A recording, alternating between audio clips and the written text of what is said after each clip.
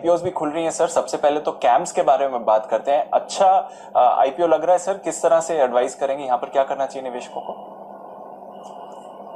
बिल्कुल लग रहा है दीप, और ये एक पोर्टफोलियो स्टॉक हो सकता है कैम्स का जो आईपीओ। देखिए इसको आप है ना कंपेयर कीजिए सीडीएसएल से, डिपॉजिटरी से।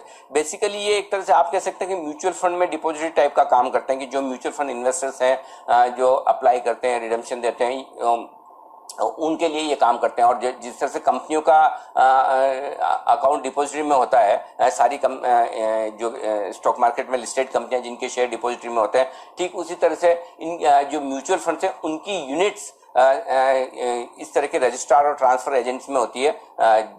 और जो बड़े फंड्स हैं, देखिए इंडिया के जो 5 सबसे बड़े म्यूचुअल फंड है उसमें से 4 इनके क्लाइंट्स हैं, 15 जो बड़े म्यूचुअल फंड्स है वो उनमें से 9 इनके क्लाइंट्स हैं, और कई सालों से कंपनी की सर्विसेज है, और one of the finest registrar ये हैं म्यूचुअल फंड्स के।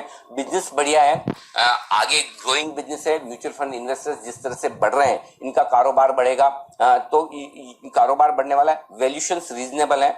मैं इनके वैल्यूशंस को सीडीएसएल से कंपेयर कर रहा हूं, और सीडीएसएल के मुकाबले में इनके वैल्यूशंस थोड़े से बेहतर हैं, तो इन्होंने लिस्टिंग पर गुंजाइश भी छोड़ी है। अब यहाँ पर राय सिर्फ ये है कि आप सिर्फ और सिर्फ लिस्टिंग गेन के पर पैसा कमाने के लिहाज से अप्लाई कर रहे हैं, तो छोटा लिस्टिंग गेन मिल सकता है, कोई 15% से 10% से 20% का। 10 से 20% के लिस्टिंग गेन से आप संतुष्ट है, ज्यादा मिल जाए अच्छी बात है। अगर उससे संतुष्ट है तो लगा लीजिए, और अगर आप सालाना 15% 20% कंपाउंडेड रिटर्न से संतुष्ट है, तब भी ये ऐसा स्टॉक है जो आपके पोर्टफोलियो में होना चाहिए। तो मैं ये कहूंगा कि इससे लगाइए आप पोर्टफोलियो में रखने के हिसाब से, और अगर आपका पैसा बन जाए लिस्टिंग पे बड़ा तो ठीक है, नहीं बना तो कोई बात नहीं। ये अच्छी क्वालिटी का आईपीओ है जिसमें आपको पैसा जरूर लगाना चाहिए, और लगाकर आराम से इसको लॉन्ग टर्म के लिए होल्ड करना चाहिए। अब जैसे हैप्पीएस्ट माइंड या रूट मोबाइल, मैं क्यों आपको कहता हूं कि बहुत लॉन्ग टर्म के लिए होल्ड करने में, अगर लिस्टिंग बहुत दमदार हो जाए तो आपको, अगर आगे के 2 साल का पैसा अभी ही आईपीओ कोई बना के दे रहा है तो आपको प्रॉफिट बुक करना है। इसका मतलब नहीं कंपनी खराब है।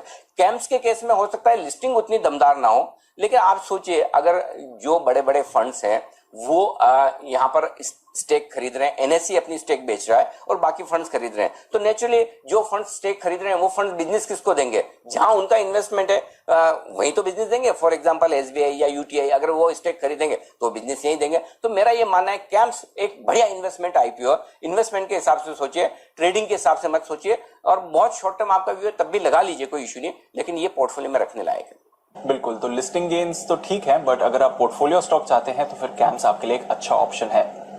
केमकॉन, इसका भी आईपीओ सर आज खुल रहा है, क्या यहाँ पर पैसे लगाने चाहिए?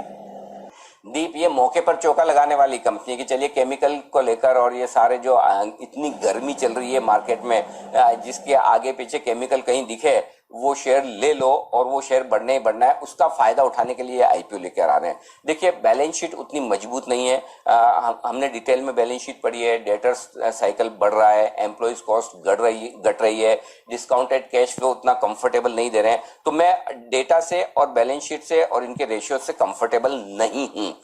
कुछ एक दो केसेस भी हैं प्रॉपर्टर्स के खिलाफ में, वो भी चल रहे हैं, लेकिन इसका मतलब ये नहीं कि लिस्टिंग पर पैसा नहीं बन सकता है। दोनों चीज अलग अलग है। देखिए, तो आप बहुत एग्रेसिव आईपीओ इन्वेस्टर हैं जो हाई रिस्क लेना जानते हैं। जो कम रिस्क वाले हैं वो छोड़ दें, कोई बात नहीं, लेकिन जो हाई रिस्क लेकर अप्लाई करना जानते हैं वो लिस्टिंग पर बेच कर निकल जाए। अगर आपको सिर्फ और सिर्फ लिस्टिंग के लिहाज से पैसा लगाना है, लगाइए। अगर आप इन्वेस्टमेंट के हिसाब से सोच रहे हैं तो ये आईपीओ आपके लिए नहीं है। ये मेरी एक कॉन्ट्रा और बोल्ड कॉल है कि इन्वेस्टमेंट आपको वहां करना है जहां कंपनी के फाइनेंशियल्स, प्रोमोटर्स के बैकग्राउंड और बैलेंस शीट पे आपका कंफर्ट पूरा हो, जो कि मेरा इस केस में मिसिंग है। तो ऐसी सिचुएशन में मैं सिर्फ और सिर्फ मार्केट के मूड, केमिकल सेक्टर की तेजी और आपके एग्रेशन, इन तीनों का मिश्रण बनता है तो ही आप केमकॉन में आया पैसा लगाइए। हो सकता है लिस्टिंग दमदारों में, फिर कह रहा हूं आज के माहौल को देखते हुए कोई बड़ी बात नहीं, 50, 75, 100% ऊपर स्टॉक लिस्ट हो जाए, तब आप ये मत सोचिएगा कि मेरा तो मिस हो गया। मैं इसीलिए कह रहा हूं कि आप पहले दिन बेचने के लिहाज से अगर आईपीओ में पैसा लगाना चाहते हैं, लगा लीजिए। रिस्क बैलेंस शीट के लिहाज से ज्यादा है, मार्केट के लिहाज से कम है। तो आपको अगर सिर्फ और सिर्फ क्वालिटी के साथ रहना है, जैसे कि हमारे रामदेव सर कहते हैं, और आज जुड़ेंगे भी 11 बजे मेरे साथ, उनका मैं खास इंटरव्यू करने वाला हूं रामदेव अग्रवाल साहब का। तो अगर आप क्वालिटी के हिसाब से देते हैं तो आपके पास केमिकल स्पेस में ढेर सारी कंपनियां ऐसी है जो बढ़िया क्वालिटी की और बड़ी लीडर हैं, आप वहां पैसा लगा लीजिए। लेकिन आपको भी कंपनी अगर मौके पर चौका लगा रही है और आपको भी उसका फायदा उठाना है तो फिर कर लीजिए आईपीओ में लिस्टिंग के दिन। Bye bye, exit. Thank you very much. बिल्कुल, तो ये है आपके लिए आज की जो 2 आईपीओस खुल रहे हैं उसमें आइडियाज, और क्लियरली अनिल जी ने बता दिया कि कौन सा पोर्टफोलियो के लिए, कौन सा लिस्टिंग गेन्स के लिए और कहाँ आपका रिस्क है।